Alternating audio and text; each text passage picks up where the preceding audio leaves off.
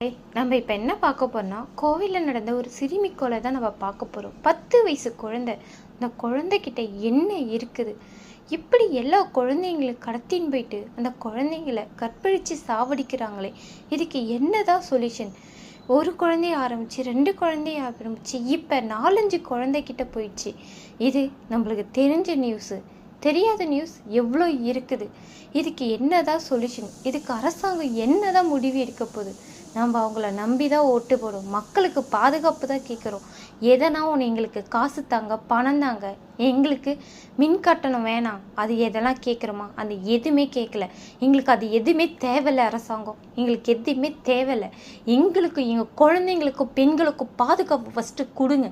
அந்த பாதுகாப்பு இல்லாத இருக்கிறதால பாருங்கள், பச்சை ரிசு கடத்தின்னு போய் இது பண்ணுறாங்களே, அவனுங்களுக்கு தான் நல்ல தூக்கு தண்டனை கொடுக்கலாம்ல.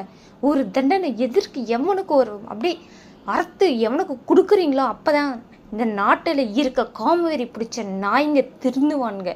அந்த நாய்ங்களால் எத்தனை உயிர், எத்தனை பச்சையில் குழந்தைங்களுக்கு உயிர் போகுது ஒவ்வொரு பெத்த தாய்மார்களுக்கு தான் தெரியும்.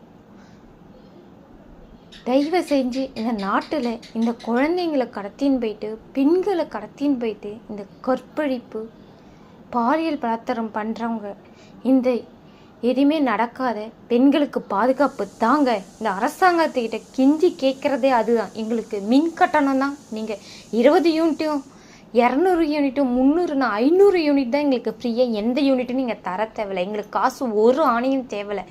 எங்கள் குழந்தைங்களுக்கும் பெண்களுக்கும் பெரியவங்களுக்கும் பாதுகாப்பு தாங்க.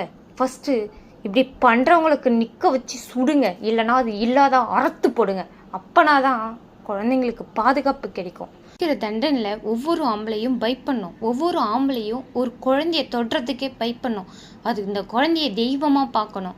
அதே போல் ஒரு பொண்ணையும் சரி, ஒரு பொம்பளையும் சரி, வயசான பாட்டியும் சரி, எந்த ஒரு காம எண்ணத்தையும் பார்க்கக்கூடாது. பார்த்தா இப்படி ஒரு தண்டனை அரசாங்கம் கொடுக்கும் அப்படின்ற ஒரு பயத்தில் பார்க்கணும். அப்படி ஒரு தண்டனை அரசாங்கம் கொடுக்கணும். நாங்கள் எதிர்பார்க்குறோம். எங்களுக்கு பாதுகாப்பு தயவு செஞ்சு கொடுங்க. எங்களுக்கு எந்த ஒரு ஃப்ரீயும் தேவையில்லை. குழந்தைங்களுக்கோ பெண்களுக்கோ பொம்பளைக்கும் வயசான பாட்டிகளுக்கும் பாதுகாப்பு கொடுங்க. இது நான் சொல்கிறது உண்மைனா ஒவ்வொரு மக்களும் இந்த வீடியோவுக்கு சப்போர்ட் பண்ணி அரசாங்கத்துக்கிட்ட நீதி கேளுங்க.